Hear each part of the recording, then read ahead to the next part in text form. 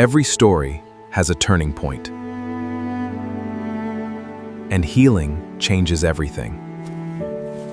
You will probably always remember what happened, and that's not failure.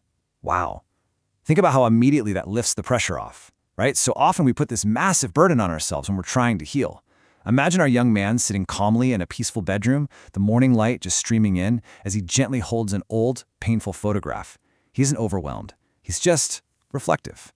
It brilliantly illustrates that some memories, they just remain part of our story. Accepting that a memory exists is absolutely not a sign that you're broken. It's just an acknowledgement of your history. A completely safe present really can coexist with a painful past. So that brings us to section 1, the reality of memory.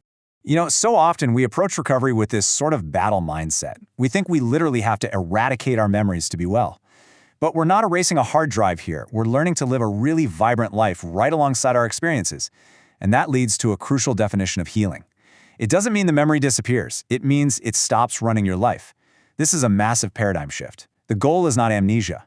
Think of our main character standing alone in a quiet modern room, looking thoughtfully out a window. The memories are just reflections in the glass. They're there, sure, but they're behind him. They aren't in the driver's seat anymore. And that fundamentally changes what we're aiming for when we talk about getting better. Moving on to section 2, when the body reacts. Okay, so knowing something logically in your head is very different from how your body actually experiences it in the moment. Healing isn't just this mental exercise, right? It's deeply, deeply physical. And this is what's known as a nervous system hijack. Imagine our main character sitting in a perfectly calm, modern living room. And then suddenly a memory strikes. The whole room subtly transforms. The lighting gets darker, a bit distorted. The man's shoulders tense up, his hands tighten, and his breathing becomes incredibly shallow. This perfectly captures the nervous system hijack. Your environment outside might be perfectly safe, but your body is reacting exactly as if the trauma is happening all over again, right in that very room. The memory has literally hijacked his physical form. But here is the light at the end of the tunnel. Your body gradually learns that the moment has passed. Healing means that over time, the memory actually loses its ability to hijack you. Picture the man in that exact same room, but this time, the warm lighting has returned. He has his eyes closed, one hand gently resting over his chest, taking a slow, deliberate breath. The memory is still there. It's like a faint image in the background, but it's totally separate from him. He is thinking about what happened, but his body isn't sounding the alarm bells anymore. It's an incredibly peaceful, grounded state to finally reach. Which brings us to section 3, learning to respond. Now this is the real turning point in the emotional arc. We're moving from that passive experience of being completely hijacked by a memory to an active, empowered state of emotional regulation.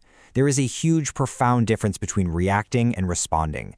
When we react, our body acts as if the trauma is happening right now. We get defensive, overwhelmed, maybe a bit panicky. But responding, that's entirely different. We visually see this when the young man is engaged in a really difficult professional conversation.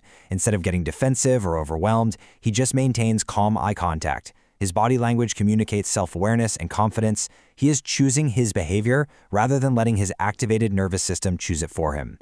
So how exactly do we get from reacting to responding? Well, it all lives in the pause. These 3 little steps are everything. Step 1, a memory happens.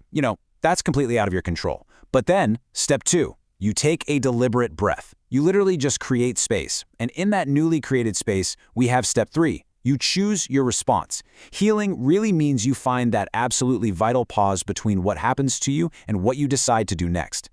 And when you master that pause, you finally start feeling safe in your body again. You breathe more freely, you become truly present, and you begin to trust yourself again.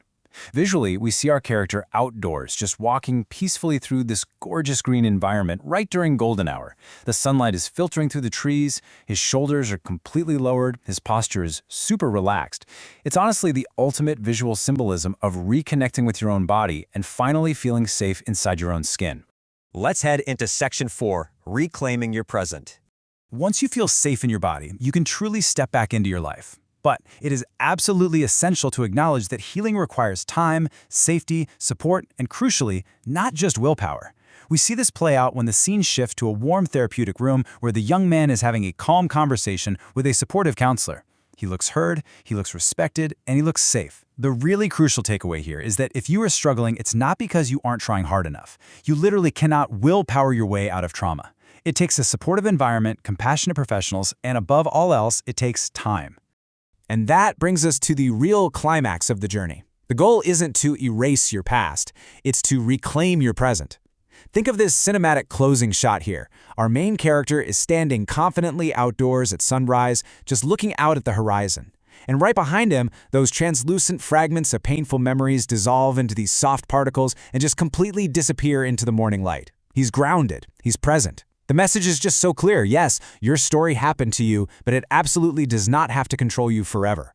Healing is possible one safe moment at a time. It's a simple yet incredibly profound realization.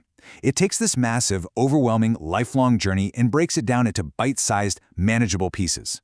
You don't have to fix the whole shebang today. You just have to find one safe moment, and then another, and then another. So I want to leave you all with a final question to think about. Who in your life needs to hear this message today? Whether it's a friend, a family member, or honestly, even just a reminder for yourself. Tag someone and remind them that they do not have to walk through healing alone. Take this emotional arc of healing and share it, because really understanding that the goal isn't to erase the past but to reclaim the present, well, that's a turning point we all deserve to experience. Stress Management Consultant. Your physical and mental health matters.